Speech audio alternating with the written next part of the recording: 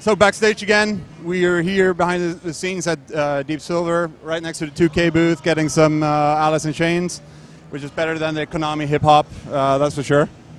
But we're here to talk about Two Worlds 2. You're showing it for the first time to people. Yeah, this is the first time that we've had it live and playable, hands-on on the show floor since we began development about 2.5 years ago. The response has been great so far, so we're really excited to actually bring it and get it in people's hands for the first time. Picks that you really wanted to go back to and change when it came to Two Worlds 2 compared to the first one? I think a lot of the personalization and customization and depth of some of the features.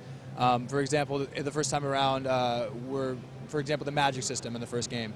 It was very unique. Instead of being based on an advancement system or a tree system or something like that, we had this kind of unique card-based system where you would collect these cards and kind of manipulate and create spells.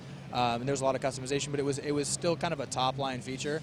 We didn't get to go in depth as much as we'd like, so the second game we've really kind of gone overboard with it. The possible combinations and iterations of the spells and what you're able to create and how you're able to manipulate them, combine spells to create crazy effects where you can take a fireball and then you can add a multiplier card to it and it becomes 3 or 5 or 7 fireballs, and then you can put a second tier on it, attach a summon card to it, so now it's 5 fireballs that when they hit the environment or hit an enemy, they trigger a spawn of a creature to fight on your behalf, stuff like that. So just having these crazy things to mess around with and play with and experiment and stuff like that is really cool. And we did the same thing with the crafting and with the classless-based advancement system for the character itself, where you don't create a character and say, like, I'm going to be a mage for the next 25 hours, something like that, or I'm going to be a warrior. You can kind of pick and choose the skills and kind of create your own custom hybrid class and stuff like that. So just having that personalization and freedom to kind of mess with the game and explore the mechanics and explore like what we've been working on and stuff like that was a big focus.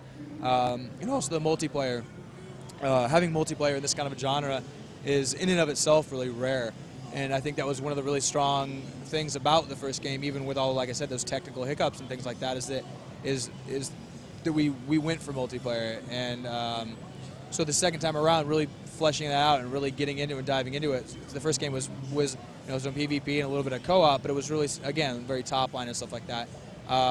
The second installment has PvP. It has a completely independent co-op campaign mode that's independent of the single-player game, so that you can jump in with up to 8 players and tackle all this content in 6 or 5, 6 hours worth of gameplay.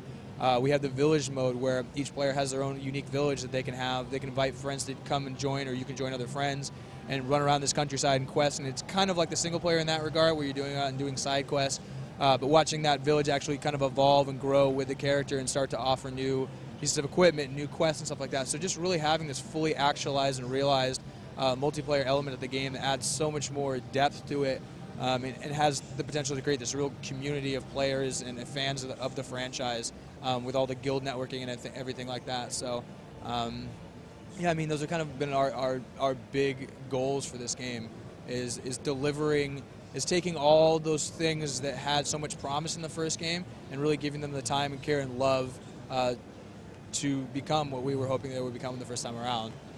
It sounds almost, when you're describing multiplayer now, it sounds like a mini MMO for the consoles. The word MMO has been thrown around a couple times. We kind of like to stray away from that, especially when it comes to talking about the console market. Because it's so it's so flooded right now and everything like that, and everybody's trying to find the next big WoW or something like that. So we're trying to do something that's a little bit different, a little bit unique, and kind of carve our own little niche within the RPG genre. I think we're doing a great job with that. It's a very unique game with some very unique mechanics and features and principles and stuff like that. And so that's what we're shooting for, and I think that's what we're achieving at this point. How far into production is the team now? We've been in production for almost 3 years now, since the last game, in 2007, spring 2007. We're looking at launching this fall, so end of Q3, so late September, early October. We'll be announcing a date in the next couple of weeks. So yeah, it's right around the corner. Thank you very much for your time.